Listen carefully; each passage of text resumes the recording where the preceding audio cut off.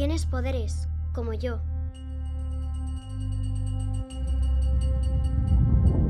Tienes que escucharme.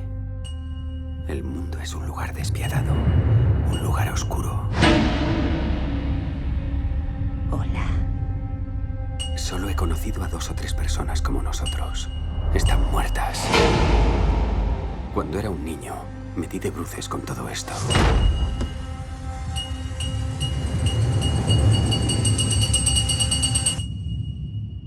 No sé si son poderes. Yo lo llamo el resplandor.